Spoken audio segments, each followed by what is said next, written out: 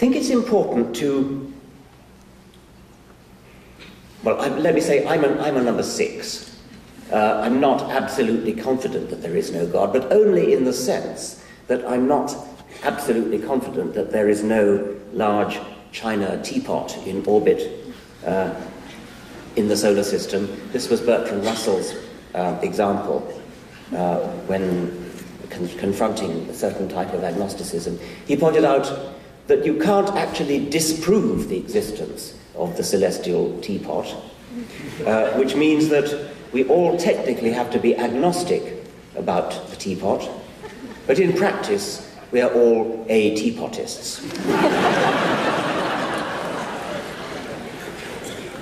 It's important to realize that to say that you are agnostic, to say that you cannot disprove the existence of God, does not imply that the existence and non-existence of God is exactly a 50-50 toss of a coin. If that were the case, then we would have to say the same thing of celestial teapots, of fairies, of unicorns, of flying spaghetti monsters, etc. It's a very common fallacy. You'll often meet it. People will say to you, well, you can't disprove God, can you? And you say, no.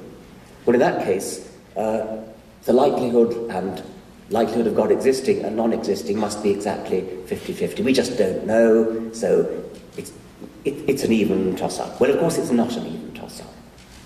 Probabilities come into this.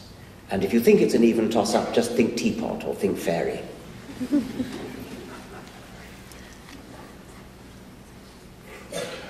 It's my view that the question of the existence and non-existence of God is not a trivial question.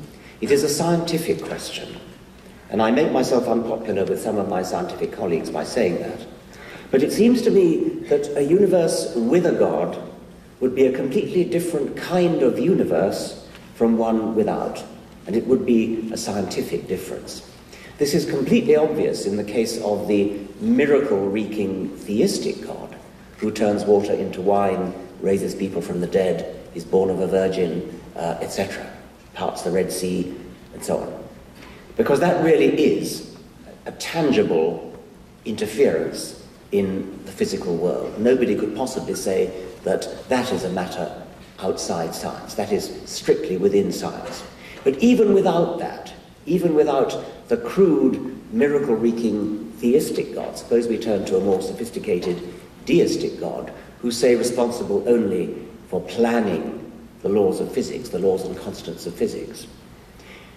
A universe with such a God would be a very different kind of universe without, even if we can't test it, even if we can't tell by inspection, by looking at a universe, whether it was made by a God or not.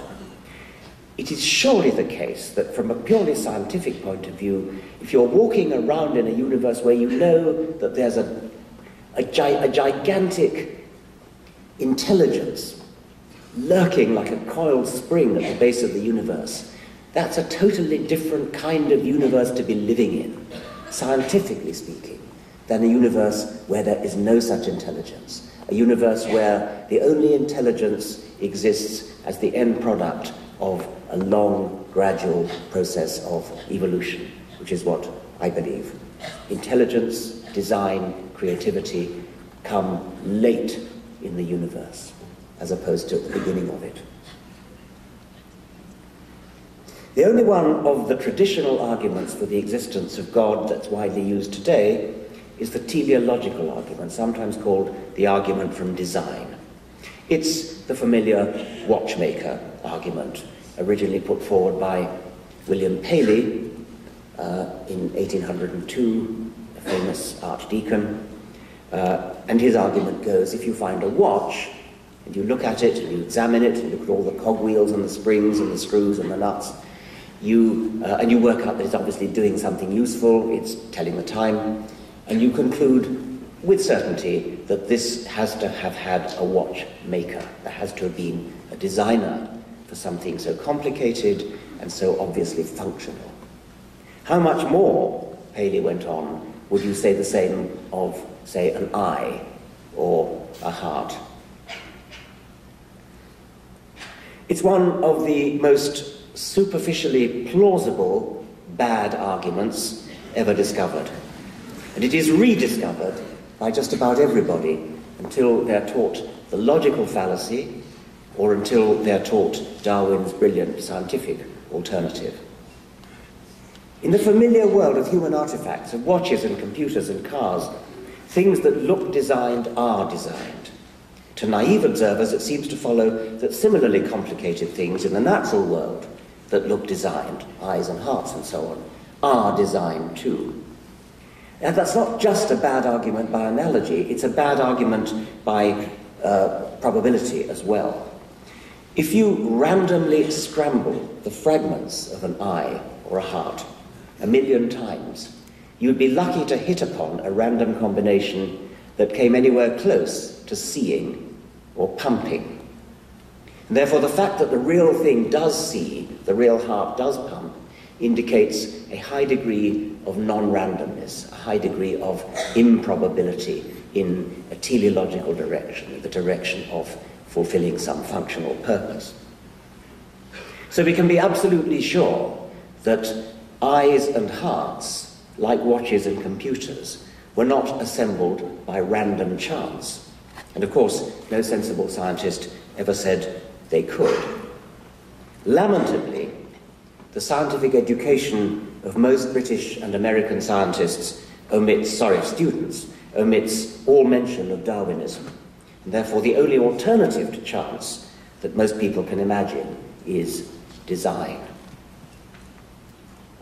The English astronomer Fred Hoyle dramatized his own misunderstanding of this issue when he pointed out that a hurricane blowing through a junkyard would be as unlikely to assemble a Boeing 747 by luck as his misunderstanding of natural selection, which was chance, could put together a body or an eye or a heart or a macromolecule.